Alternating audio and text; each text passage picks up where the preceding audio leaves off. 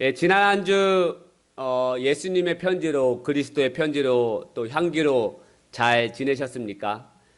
매일매일 주님의 은혜를 전하는 자로 살아간다고 하지만 참 쉽지 않은 게 우리의 인생인 것 같습니다. 하지만 분명한 것은 저와 여러분은 그리스도의 편지로 부르심을 받았고 향기로 살아가야 함을 아셔야 합니다. 편지와 향기를 가진 사람은 반드시 그 향기를 뿜어내게 되어 있습니다. 작은 향기일지라도 짧은 한마디의 편지일지라도 반드시 향기를 뿜고 그 편지의 역할을 감당할 수 있습니다.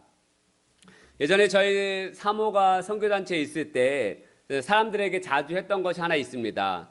힘들어 보이거나 지침으로 있는 사람들에게 바카스나 영양제 드링크에다가 작은 포스트에 내가 짧은 글 한 줄 쓰고 그 병에다가 붙여가지고 이렇게 나눠주는 것을 자주 했던 것을 제가 보았습니다. 받는 사람은 그 세심함의 배려와 짧은 글이지만 뭐 힘내요, 화이팅, 뭐 이런 짧은 말 한마디에 그 상대방이 큰 위로와 힘을 얻는 것을 보게 되었습니다.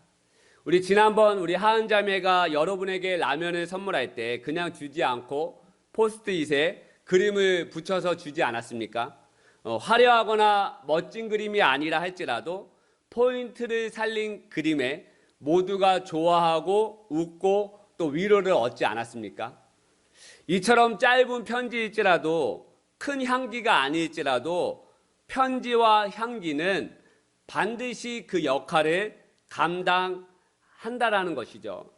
제가 이번 주에 제주도에 다녀왔습니다. 10년 만에 다녀오는 제주도인 것 같습니다. 결혼 후 신혼초에 한번 갔다 오고요. 처음으로 가족들과 함께 다녀왔습니다. 오랜만에 가도 제주도는 좋더라고요. 제주도만의 특유의 그 분위기, 또 작은 오름, 뭐 바다, 돌, 바람 등 제주도는 제주도만의 분위기와 냄새가 있는 것 같습니다. 제주도만이 갖고 있는 특유의 감성과 분위기, 냄새가 있다 보니까 그것이 제가 10년 만에 가도 변하지 않다 보니까 많은 사람들이 찾고 또 찾게 되는 것 같습니다. 저와 여러분은 어떤 향기와 편지의 내용을 가지고 있습니까? 지난주에 잠깐 언급하였지만 저희 교회 신천지에서 편지가 자주 옵니다.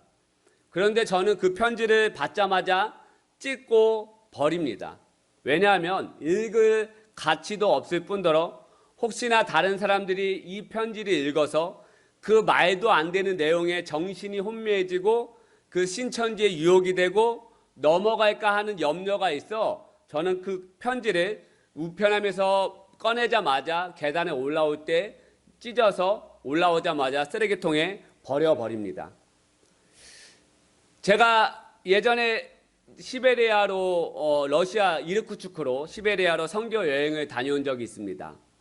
한국에서 시베리아 이르쿠츠크 러시아 이르쿠츠크로 바로 들어가지 않고 몽골 울란바타르로 먼저 들어갔습니다. 거기에 팀이 있어가지고 거기서 하루 이틀 정도 합숙하고 이제 모든 팀들이 거기서 이제 각 나라로 흩어지는 이제 그런 일이 있어가지고 이제 바로 울란바타르에서 하루 이틀 머문 다음에 거기서 시베리아 횡단 열차를 타고 러시아 이르쿠츠크라고 하는 도시에 들어갔습니다. 시베리아 횡단 열차는 블라디보스톡에서 모스크바까지 8박 9일을 가는 열차입니다. 그러다 보니까 거기서 잠을 자야 되니까 대부분의 그 호실이 이제 3등급, 이제 최하 등급 빼고는 대부분 방으로 다 되어 있습니다. 4명 또는 2명, 1인실 이렇게 방으로 되어 있는데요. 저희는 이제 4명이 들어갈 수 있는 호실을 2개 얻어가지고 이제 들어갔습니다. 이제 자매들이 이제 4명이 이제 4명인지 3명인지 잘 기억이 안 나지만 그 배정된 호실에 들어갔다가 곧바로 그 자매들이 우와 하면서 우와는 뭐 하지 않았지만 갑자기 자매들이 우르르 막 나오는 거예요. 그래서 왜 그러냐 했더니 저보고 들어가 보라고 하는 거예요. 그래서 저도 들어갔다가 놀랐습니다. 왜냐하면 그 호실에 먼저 배정된 러시아 남자 한 명이 앉아 있었는데요. 그 러시아 남자 한 명이 저는 처음 경험했습니다. 유럽 사람들, 웨스턴 사람들 그 안내가 보통이 아니더라고요. 저도 처음 맡아봤는데 도저히 그 좁은 방 안에 함께 앉아 있을 수 없을 정도로 그 안내가 너무나도 독하더라고요. 그래서 자매들도 처음 맡아보는 냄새다 보니까 들어갔다가 뛰쳐나오고, 저도 들어갔다가 도저히 같이 있을 수가 없어서 뛰쳐나왔던 그런 기억이 있습니다. 좋지 않은 향기를 품고 있으니 정신이 혼미해지더라고요. 그래서 거기서 한동안 그 호실에 들어가지 못하고 다른 호실에 머무르면서 있었던 게 기억이 납니다. 여러분, 제가 지금 무슨 말씀을 드리고 싶은 것입니까? 우리가 어떤 향기를 품고 있느냐, 어떠한 내용을 우리의 마음판에 새겨져 있느냐에 따라서 다른 사람을 위로하고 사랑을 전하는 은혜의 전달자가 될 수 있고, 아니면 다른 사람의 마음을 혼란하게 하고 괴롭게 하는 전달자가 될 수 있다라는 것이에요. 우리 마음판에 어떠한 내용이 새겨져 있느냐에 따라서 다른 사람을 위로할 수 있고 사랑을 전달할 수 있는 편지의 역할을 감당할 수 있고, 아니면 다른 사람의 마음을 힘들게 하고 괴롭게 하고 혼미하게 하는 역할도 할 수 있다는 거예요. 그게 바로 오늘 본문 말씀에 기록되어 있음을 보게 됩니다.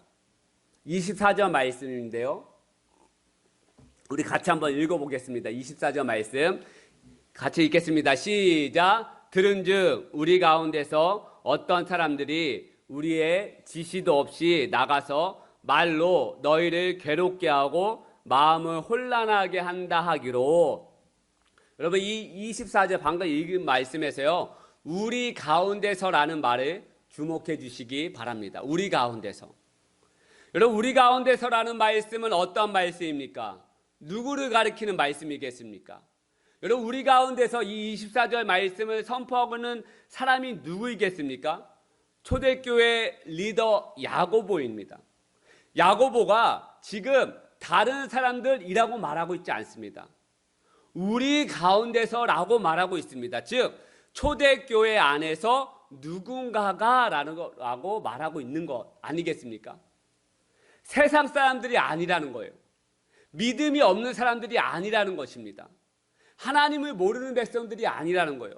지금으로 말하면 교회 다니고 교회 장로, 권사, 집사라는 것입니다. 하나님을 믿는 백성들이라는 것이에요. 그런데 이러한 사람들이 나가서 다른 사람의 마음을 혼란하게 하고 괴롭게 하고 있다라는 것입니다. 지금 은퇴하셨지만 남서울교회 큰 교회를 담임하셨던 홍정길 목사님께서 장애인 학교, 미랄 학교를 세우는데요. 그 미랄 학교가 세워지는 동네가 아주 난리가 났다는 것입니다. 좀 특수한 곳이긴 하죠. 강남에 그 교회가 있고, 그 강남 땅에 장애인 학교, 미랄 학교를 세우는데요. 그 동네 사람들이 난리가 났습니다. 동네 사람들이 장애인들을 위한 학교가 세워지는데 자기네들 아파트 값이 떨어질까 해서 엄청난 반대를 하더라는 거예요. 장애인 학교가 세워지면 그 아파트 값이 떨어진다고 하니까 하는 그 발상 자체가 너무나도 마음이 아프지만, 그런데 문제는 어떤 분이 너무나도 큰 반대를 하면서 이 홍정길 목사님의 팔을 물어 뜯기까지 했다고 합니다. 그런데 이 목사님의 팔을 물어 뜯은 최고의 장본인이 누구인지 아십니까? 앞장서서 데모하고 앞장서서 이 목사님의 팔을 물어 뜯은 사람이 누군지 아십니까? 목사님이 나중에 알게 되었지만 근처의 큰 교회 여전도회 회장님이셨다는 거예요. 여전도회 회장님이면 초신자가 여러분 여전도회 회장님 할 수 있겠습니까? 직분 없는 자가 여전도회 회장님을 할 수 있겠습니까? 적어도 교회는 10수년 다녔을 테고요. 그러면 이 예수님의 말씀을 수백 번 들었을 테고요. 성경 공부 모임에 수많은 예배를 드렸을 적어도 권사님 정도 되지 않았겠습니까? 이 정도는 돼야 여전도회 회장님 할 수 있지 않겠습니까? 그런데 이러한 분이 자신의 아파트 값이 떨어진다고 생각하니까 그것도 그 목사님의 팔을 물어 뜯기까지 했다는 거예요. 우리 가운데서 아닙니까? 우리 가운데서. 하나님을 모르는 사람들이 아니라는 것이에요. 교회 안 다닌 사람들이 아니라는 것입니다. 하나님을 모르고 교회 안 다닌 사람들이 다른 사람들의 마음을 괴롭게 하고 혼란하게 하게 하는 것이 아니라 우리 가운데서 이미 예수님을 영접하고 교회에 다니고 수백 번 예배 드렸을 믿는 자들이라는 것이에요. 아파트 이야기가 나오니까 예전에 우스운 예화를 들었습니다. 제가 여성교회 헌신 예배 때 이제 성교 회장님이 나오셔서 예배 사회를 보셨는데요. 여성교회 회장님이 다 같이 우리 찬송가 202장 부르시겠습니다 라고 말씀하셔야 하는데 그 성교 회장님께서 우리 다 같이 찬송가 202동 부르시겠습니다 라고 이야기했다고 합니다.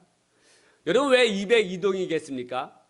이 성교 회장님은 지금 온통 아파트 부동산에만 관심이 있는 거예요. 여러분, 이 성교 회장님 마음이 온통 아파트로 새겨져 있다 보니까, 부동산으로 새겨져 있다 보니까 자신도 모르게 아파트 찬송가 202장이 아니라 202동 부르시겠습니다 라고 이야기했던 것이죠. 여러분, 이 성교 회장님의 삶을 안 봐도 비디오 아니겠습니까? 직장에 나가서, 집에서도, 어디에 가서도 그 예수님의 편지가 아니라, 삶이 아니라 틈만 나면 지금 아파트 값이 얼마이고 어디에 투자해야 하고 이렇게 되면 값이 오를 거고 온통 아파트 부동산만으로 이야기하지 않겠습니까? 교회에서도 찬송가 202장이 아니라 202동이 나오는데 교회에서도 그렇게 마음판에 부동산으로 새겨져 있어서 그렇게 이야기하는데 세상에 나가서는, 가정에 가서는, 직장에 가서는 안 봐도 비디오 아니겠습니까? 우리 가운데서라고 하는 이 말씀이 제 마음을 아프게 합니다. 제 자신을 향하여 말씀하고 있는 것 같아서 마음이 쉽지가 않습니다. 나는 그리스도의 편지로서 다른 사람에게 위로의 전달자, 사랑의 전달자로 서 있는가, 아니면 내가 다른 사람의 마음을 괴롭게 하고 혼란하게 하고 있지는 않은가 하는 내 안에 염려가 있어서 마음이 쉽지 않음을 보게 됩니다. 여러분, 바울과 바나바가 1차 전대행을 마치고 돌아와서요, 자신들이 파송받은 수리아 안디옥 교회에서 평안하게 목회하고 있을 그때, 은혜와 사랑이 충만하게 넘쳐나서 기쁨과 감사가 넘치는 그 목회 현장에 있을 그때, 예루살렘에서 온 어떤 사람들의, 유대인들의 잘못된 가르침, 무슨 가르침입니까? 너희들 할례를 받지 아니하면 절대로 구원받을 수 없다라고 하는 이 잘못된 가르침 때문에 모든 사람들의 마음에 괴로움과 혼란을 주지 않았습니까? 본문 말씀, 아까 방금 읽은 이 24절 말씀에 보면 우리 가운데서 어떤 사람들이 우리의 지시도 없이 나가서 말로 너희를 괴롭게 하고 마음을 혼란하게 하기로 라고 기록되어 있지 않습니까? 잘못된 편지의 전달자, 좋지 않은 냄새를 풍기는 사람들로 인해서 다른 사람들의 마음을 혼란하게 하고 그들의 마음을 괴롭게 한다는 거예요. 여기서 기록된 24절의 말씀에 기록된 이 마음을 혼란하게 한다 하기로 했던 이 마음은 헬라어 원어로 보면 푸시케라는 단어를 씁니다. 푸시케. 이 푸시케라고 하는 단어는 영혼, 목숨, 생명이라고 하는 뜻을 가지고 있습니다. 즉, 따라서 24절에 기록된 마음을 혼란하게 한다라고 하는 이 말을 직역하면요, 헬라어 원문을 직역하면 이런 뜻입니다. 영혼을 뒤엎어버리다, 영혼을 약탈한다 라는 뜻을 가지고 있습니다. 지금 안디옥 교회 성도들은요, 구원받았습니다. 할례를 통해서 구원받은 것이 아니라요, 전적인 하나님의 은혜, 하나님의 선물, 성령님의 역사로 이방인이었던 안디옥 교회 성도들은 구원받았습니다. 그런데 구원받은 그들을 향하여 너희들은 할례를 받았지 않았기 때문에 구원받은 것이 아니라고 가르쳤다라고 하면 여러분, 그것이 무엇이냐? 바로 정죄 아니겠습니까? 정죄. 지금 그들의 영혼을 정죄로 말미암아 약탈해버리고 그들의 영혼을 뒤엎어버리고 있는 거 아니겠습니까?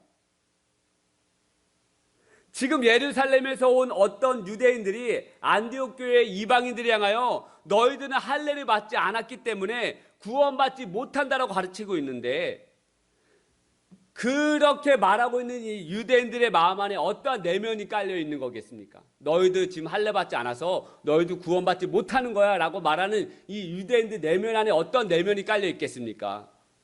우린 너희들과 달라.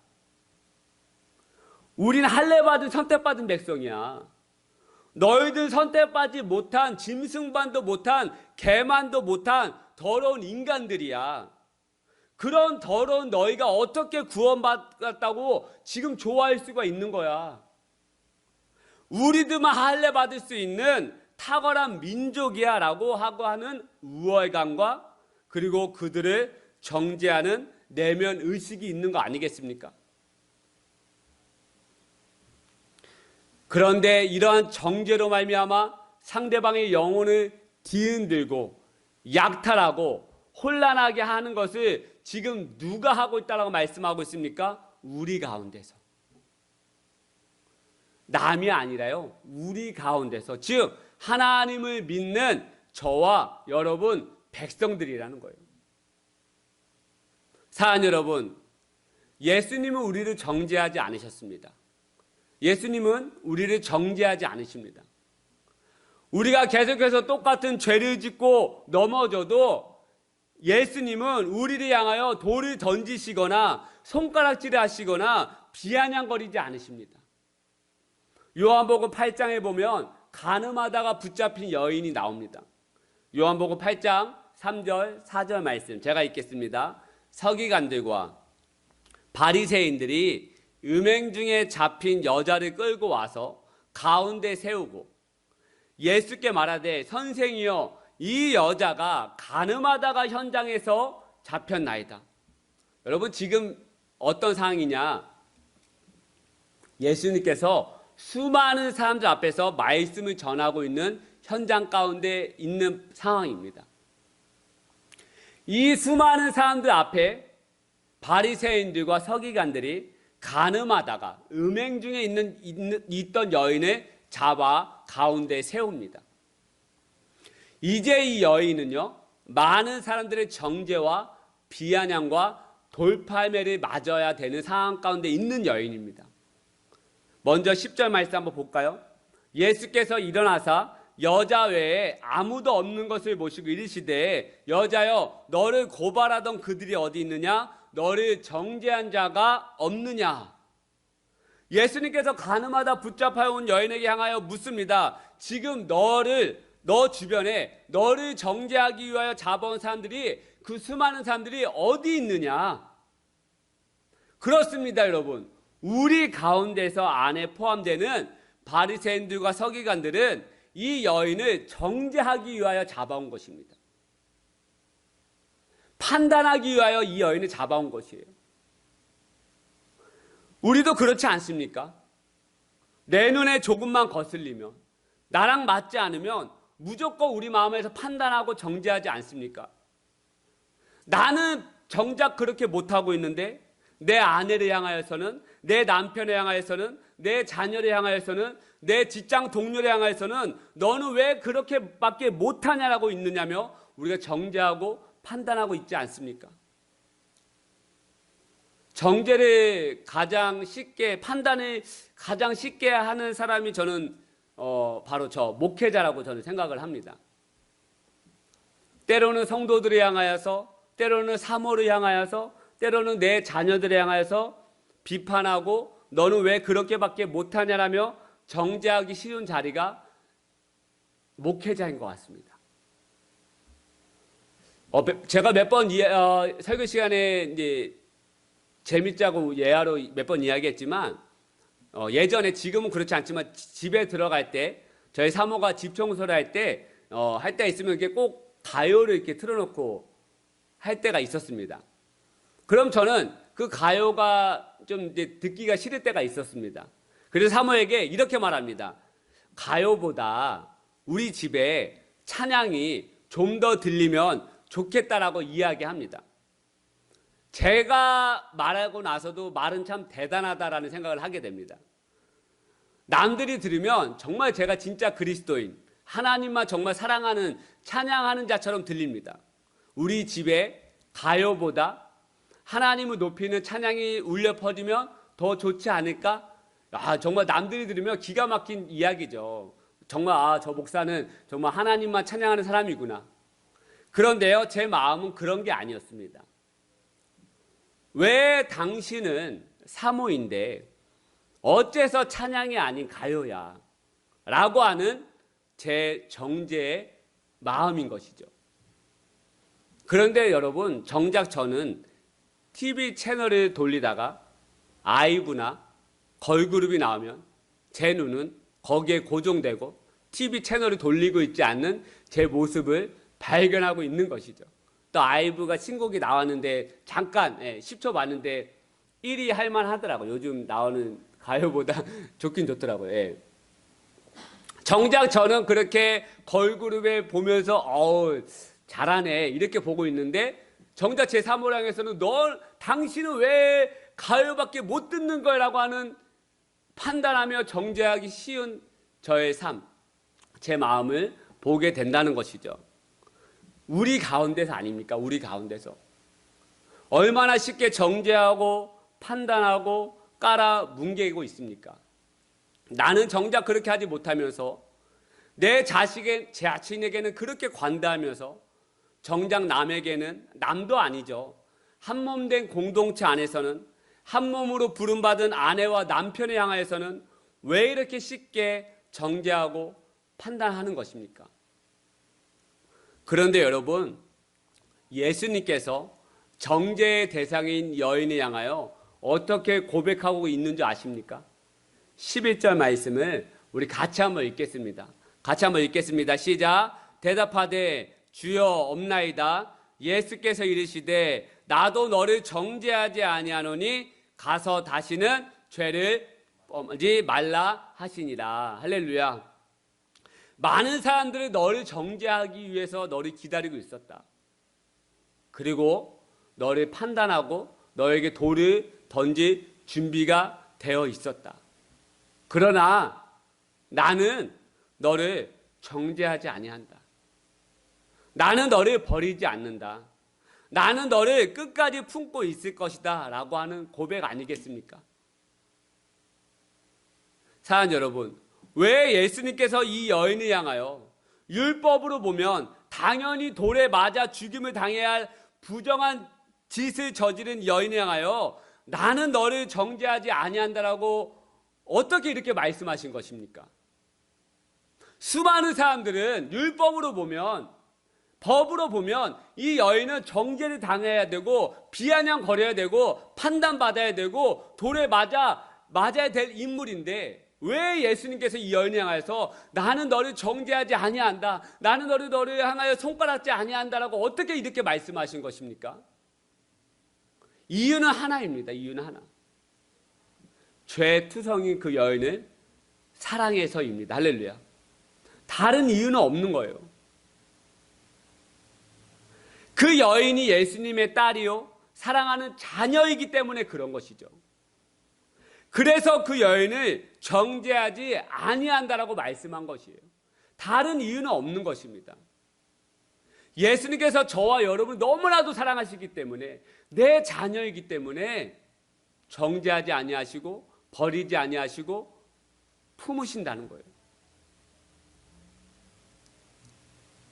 그래서 여러분, 지금까지 말씀을 종합해 보면 그리스도의 편지의 내용이 적히는 우리의 마음에는 예수님의 사랑에 적혀 있어야 하고 주님의 그 깊고도 넓은 사랑이 새겨져 적혀야 한다는 것입니다. 그래야 우리는 진짜 그리스도의 편지요 향기가 될 수 있다는 것이에요. 요한복음 4장에 보면 사마리아 여인이 나옵니다. 이 여인은 떳떳하지 못한 여인이었죠. 남편이 5번이나 바뀐 여인이었고 남들에게 늘 정죄의 대상이 되는 여인이었습니다. 그래서 남들의 시선을 피해 우물을 기르러 나왔던 여인이었습니다. 그 당시 팔레스타인, 지금도 마찬가지지만 그 당시 그 팔레스타인 지방은 사막지대, 광야지대이기 때문에 해가 무진장 뜨겁습니다. 그래서 그 팔레스타인 사람들은 우물에 물을 기르러 나올 때 한낮에 나오지 않습니다. 왜냐하면 해가 너무나도 뜨겁기 때문에. 여러분, 물이 바로 집 옆에 우물이 있지 않습니다. 그 이삭과 왜 우물 때문에 싸웁니까? 우물 이 하나 파는 게 너무나도 힘들고요. 물을 기르러 갈 때 몇 시간씩 걸어가야 합니다. 그래서 해가 너무나도 뜨겁기 때문에 한낮에는요, 그 우물을 기르러 가지 않고요. 해가 지고 난 후에 늦은 오후나 그때쯤에 물을 기르러 사람들이 나옵니다. 우물 곁에. 그런데 이 여인은요, 사마리아 여인은 남들의 시선을 피해서 아무도 나오지 않는 그 뜨거운 한낮 해가 쨍쨍 내려지는 정오의 시간에, 그 시간에 물을 기르러 나왔다라고 말합니다.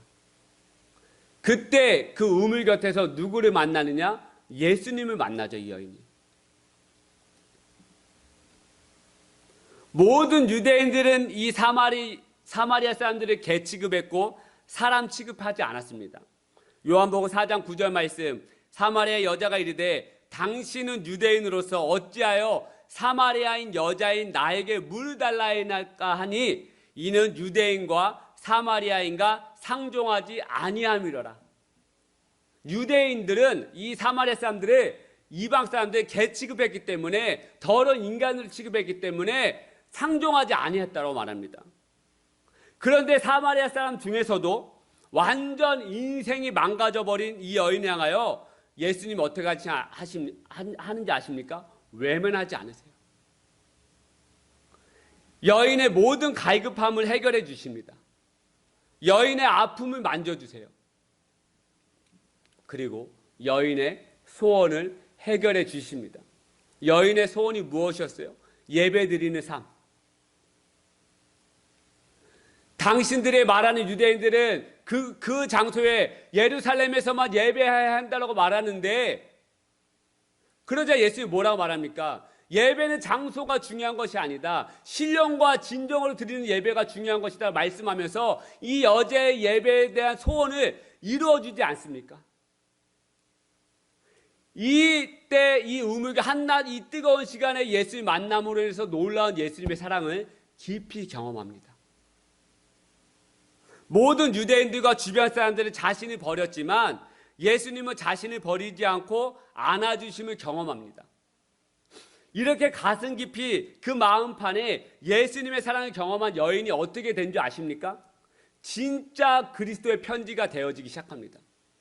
그 마음판에 예수님의 사랑을 경험한 이 여인이 진짜 그리스도의 편지가 되어지기 시작해요. 28절부터 30절 말씀 제가 한번 읽겠습니다. 여러분 눈으로 읽어주시기를 바랍니다. 여자가 물동이를 버려두고 동네로 들어가서 예수님과 만난 후에, 예수님의 사랑을 경험한 후에 물동이를 버려두고 동네로 들어가서 사람들에게 이르되 내가 행한 모든 일을 내게 말한 사람을 와서 보라. 이는 그리스도가 아니냐 하니 그들이 동네에서 나와 예수께로 오더라. 할렐루야. 어떤 상황인지 이해하십니까? 예수님을 만났어요. 모든 유대인들뿐만 아니라 그 사마리아 사람들도 자신을 정죄했어요. 그래서 그 정죄를 받기 싫어가지고, 판단받기 싫어가지고 그 뜨거운 그 한낮에 혼자 물을 기르러 갔다고요. 그때 예수님 만나요. 예수님이 자신의 아픔을 어루만져 주세요. 자신의 힘듦을 알고 그 여인의 목마름을 해결해 주세요. 그리고 그 여인의 소원을 해결해 주시는 놀라운 그 깊은 사랑을 경험해요. 여기서 끝나지 않습니다. 그 마음판에 예수님의 사랑이 적혀지고 나니까 어떻게 하느냐? 그리스도의 편지가 되기 시작하는 거예요. 자신이 읽고 있었던 물을 길어왔던 그 물동이를 버려두고 동네로 들어가기 시작합니다. 한 번도 만나고 싶지 않았던 그 동네 사람들을 만나러 직접 들어가요. 그리고 어떻게 하느냐? 내가 만난 사람이 진짜 그리스도다. 진짜 사랑의 메시아다. 사랑의 전달자다. 라고 하면서 와서 보라. 그랬더니 어떻게 돼요? 동네 사람들이 그 예수님을 보러 나아가기 시작하더라는 거예요. 편지가 되었다라는 것이죠. 사랑의 전달자, 위로의 전달자, 예수님의 능력의 전달자가 이 여인이 됐던 거예요. 사랑하는 여러분, 저와 여러분은 그리스도의 편지요 향기입니다. 할렐루야. 예수님의 편지는, 그리스도의 편지는 다른 사람의 마음을 혼란하게 하거나 괴롭게 하지 않습니다. 다른 사람의 영혼을 뒤흔들거나 뒤엎어버리거나 약탈하지 않습니다. 상대방의 영혼을 강탈하거나 힘들게 하지 않거나 혼란하게 하지 않습니다. 진짜 그리스도의 편지는 위로를 주고, 할렐루야, 사랑을 주고 기쁨과 감사를 줍니다. 예수님께서 저와 여러분에게 하셨던 것처럼 말입니다. 예수님은 우리를 정죄하지 않으셨습니다. 그리고 우리를 판단하지 않으십니다. 그 사랑으로 우리를 끝까지 안아주십니다. 그리고 그 사랑을 우리가 깊이 경험하고 마음판에 새겨졌을 때는 우리도 진짜 그리스도의 편지가 될 수 있음을 믿는 저와 여러분 되시기를 이 아침에 축복하여 드립니다. 할렐루야. 예수님의 사랑을 더욱더 경험하십시다. 사마리아 여인처럼 더 예수님께 한 걸음 한 걸음 내디드십시다. 그럴 때 우리의 목마름이 해결되고요, 우리의 소원이 해결되고요, 우리의 아픔이 해결되는 그런 은혜의 사랑이 우리 마음판에 깊게 새겨질 것입니다. 그리고 그 새겨짐으로 말미암아 우리는 세상에 나아가서 혼란하게 하거나 괴롭게 하는 전달자가 아니라 사랑과 위로와 기쁨과 감사를 주는 진짜 그리스도의 편지가 될 수 있는 줄 믿으시는 저와 여러분 되시기를 축복하여 드립니다. 우리 같이 한 2분 정도만 같이 한번 기도하기를 축복하여 드립니다. 온라인에서도 함께 예배하는 모든 지체들도 함께 눈을 감고, 예수님, 정말 제가 그리스도의 편지로서 다른 사람의 마음을 혼란하게 하거나 괴롭게 하는 자가 되고 싶지 않습니다. 우리 가운데서 라는 말이 정말 그렇게 하고 싶지 않고, 예수님의 사랑을 경험하고 위로의 전달자, 기쁨의 전달자, 사랑의 전달자로 진짜 예수님의 편지로, 그리스도의 편지로 나아가는 저를 제가 되게 해달라고, 사마리아 여인이 경험했던 그 놀라운 예수님의 사랑을 저도 경험하는 이 아침과 하루하루와 나의 인생이 되게 해달라고 우리 하나님 앞에 같이 한번 믿음으로 같이 한번 합심하여 같이 한번 마음을 다하여 기도하기를 소망합니다. 기도하십시다. 하나님 아버지, 정말 예수님의 진짜 그리스도의 편지가 되기를 소망합니다.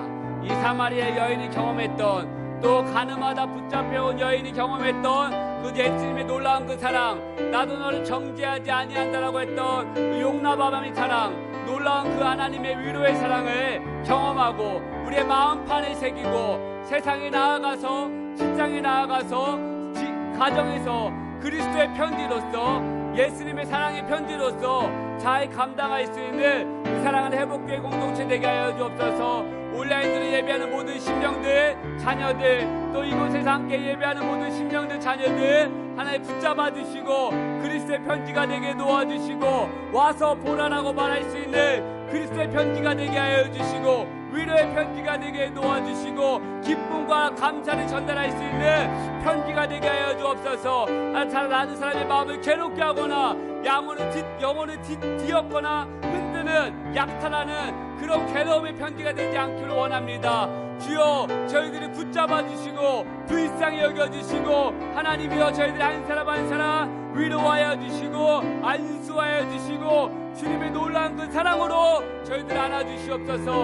하나님, 이곳 각처에서 흩어져 있는, 또 아픔 가운데 흩어져 있는, 또한 출산으로 흩어져 있는, 학업으로 출산으로 흩어져 있는 모든 가정 가운데, 또한 멀리 세종에서 예배하는 그 어머니 가운데 하나님 붙잡아 주시고 은혜 위에 은혜를 더하여 주시고, 진짜 진짜 그리스도의 편지가 되게 도와주시고 은혜의 편지가 되게 도와주시옵소서. 또한 하나님의 군복무를 잘 감당해내는 우리 정윤이 가운데 하나님 은혜와 주의 믿음의 은혜를 더욱더 더하여 주셔서 주님의 보호하심 은혜가 더하여 주셔서 주님의 은혜가 충만하여 주시도록 하나님 역사하여 주시옵소서. 주여 은혜를 부어 주시옵소서. 함께하여 주옵소서. 역사하여 주시옵소서. 오 아버지 하나님, 하나님 아버지 감사합니다. 오늘 이 아침에 저희들 하나님 말씀으로 저희들 붙들어 주심을 감사합니다. 세상에 나아가서 그리스도의 편지가 되어야 함에도 불구하고 다른 사람의 마음을 괴롭게 하고 약탈하고 다른 사람의 영혼을 뒤흔들어 버리는 때로는 그런 괴로움의 편지의 역할로 나아갈 때가 있었음을 보게 됩니다. 하나님, 저희들이 이런 연약함과 완악함을 용서하여 주시옵소서. 우리의 가슴 깊이 예수님의 사랑을 경험하여 세상에 나아가 가정에서도 직장에서도 위로의 전달자, 예수님의 사랑의 전달자, 진짜 그리스도의 편지로 향기로 잘 살아내는 사랑하는 회복교회 공동체 모두 되게 하여 주옵소서. 또한 아픔 가운데 있는 자녀도 있습니다. 주님 만져주시고 주여 붙들어 주시고 치유하여 주시고 또 출산한 산모 위에 온전한 회복을 더하여 주시고 그 갓난 아이 가운데 하나님 치유의 은혜와 강건함의 은혜를 더욱더 부어 주시옵소서. 또한 외국에서 공부하고 있고 또 쉼을 누리고 있는 우리 그 가정 가운데 하나님 은혜와 축복을 더하여 주시고 특별히 우승 형제님 가정 가운데 새 생명을 허락하여 주시옵소서. 생명의 선물을 허락하여 주시옵소서. 주님, 오늘 예배 가운데 이 자리에 나온 모든 심령들 붙잡아 주시고 위로하여 주시고 사마리아 여인이 경험한 놀라운 그 예수님의 그 사랑과 은혜를 우리도 경험케 되어지게 하여 주시옵소서. 주님, 오늘 하루도 주님께 올려드립니다. 주님의 은혜가 더욱더 풍성한 귀한 주일의 은혜가 되게 하여 주옵소서. 이제는 우리 주 예수 그리스도의 은혜와 하나님 아버지의 다음없는 사랑과 성령님의 감화감도 충만하심의 은혜가 현장에서 예배하고 있는 모든 심령들과 또한 온라인에서 함께 예배하고 있는 모든 심령들, 또한 현지 로컬교회에서 함께 예배하고 있는 모든 심령들, 또 군에서 복무하고 있는 모든 심령들 가운데 하나님의 사랑의 그 놀라운 은혜가 그 마음판에 새겨져 진짜 그리스도의 편지와 향기가 되는 모든 심령 되기를 간절히 축원하옵나이다.